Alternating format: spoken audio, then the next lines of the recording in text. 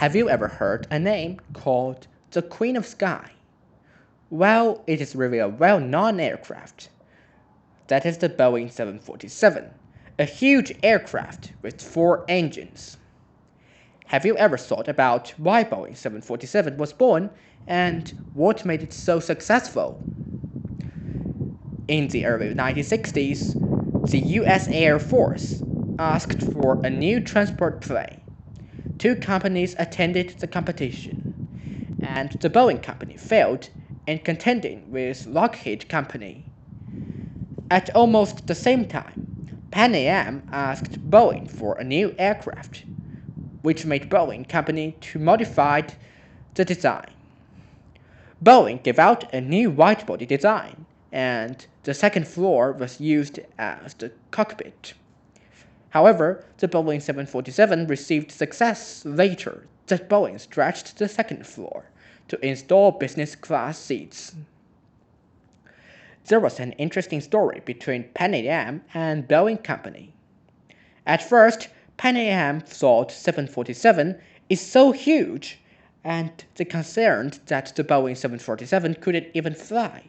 So they asked Boeing to build the 747 first to prove themselves. However, Boeing thought the new aircraft will cost a lot, so they asked Pan Am to order it first. Finally, Pan Am ordered 25 747s in 1966. That was a huge gamble for both Pan Am and the Boeing company. In order to build the 747, Boeing even bought a large area in Seattle for its new factory.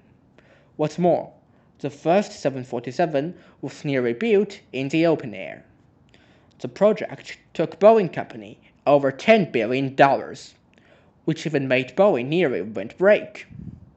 Eventually, the first 747 conducted a test flight successfully on 9 February 1969, which effectively refuted the doubts.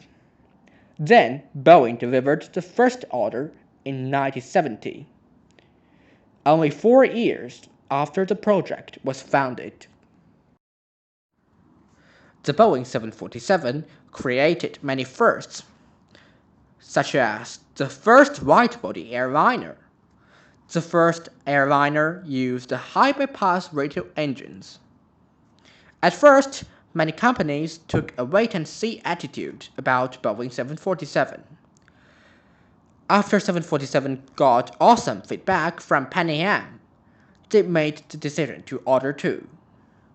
Boeing had designed different types of 747-100 to face different needs of airlines, including the basic version 747-100SB, 747-100SR. The Boeing 747-100SP is a shortened type of 747-100, which is able to fly further, and the SR model was another model of 747-100. It is called the shorter range model, which is designed to be operated in Japan in order to carry more passengers. Boeing also gave out the 747-200, which could be seen as a 747-100 with a powerful engine. Boeing produced 393 747-200s from 1971 to 1991. It is also the first time Boeing built a mixture version for passengers and cargoes. A 747-200 can usually carry 340 to 420 passengers each time.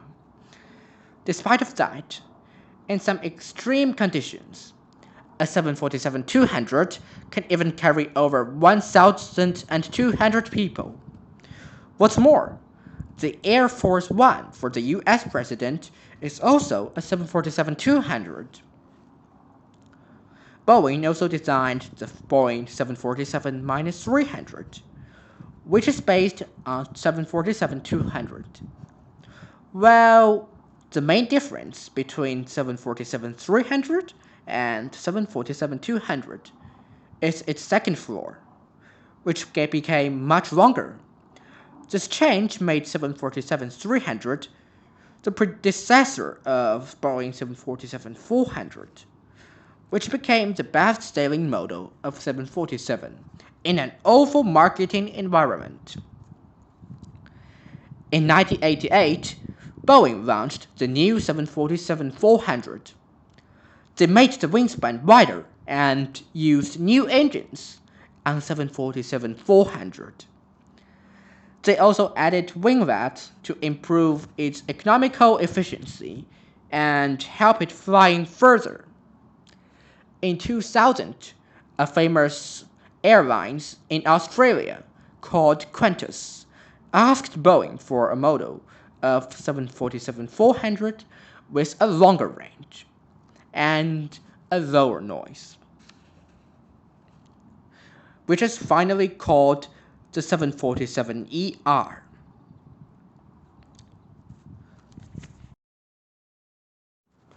Oh well, I want to talk about another story about the Boeing 747. From the late 1980s to the early 1990s. Because of the wars, the prices of fuel, including kerosene, were increasing at a very high rate. Boeing supposed that 747-400 was facing a great challenge, and they planned for another upgrade, which is named as 747-500, with four different engines. Seems to be the combination of turbofan engines and turboprops. Nevertheless, the prices of the fuel fell down soon, and technology wasn't ripe enough, as well as its noisy sound while turning. Boeing finally gave up the project. Although 747-500 was finally given up, Boeing continued upgrading of 747s. In 2010, they launched the new 747-8 with longer body and well-designed wings. They exchanged the engines up to GNX-2B.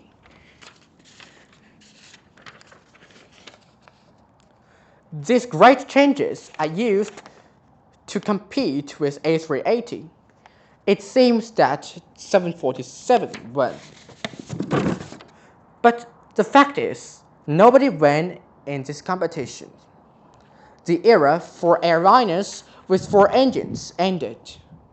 By the way, 747-8 is 76.3 meters long, which became the longest airliner after A340-600.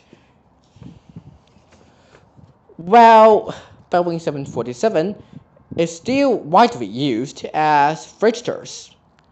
In this area, Boeing 747 has some obvious advantages.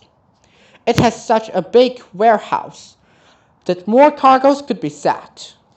What's more, the structure is so strong and the engines of 747 are powerful that a Boeing 747 can carry heavier things than other freighters, which means it can make more money once. Well, I nearly forgot another special model of Boeing 747, which is called the 747-400 LCF, which is modified based on Boeing 747-400. It's used to carry huge parts of Boeing 787, including wings, engines, and even fuselages. And that is the reason why 747-400 LCF is also called the Dream Lifter. Then Boeing finished the last 747 aircraft on 6 December 2022. Then they removed the production line of Boeing 747, which signaled the production of Boeing 747 ended up over 50 years after it was launched. As for me, this was really a pity. However, that is the trend of the developing world. Boeing finally built 1,574 747s. Nowadays, 747s are still active all over the world, and they will still play an important role for 20 years. There is no doubt that Boeing 747 is truly a legend in the history of aviation industry.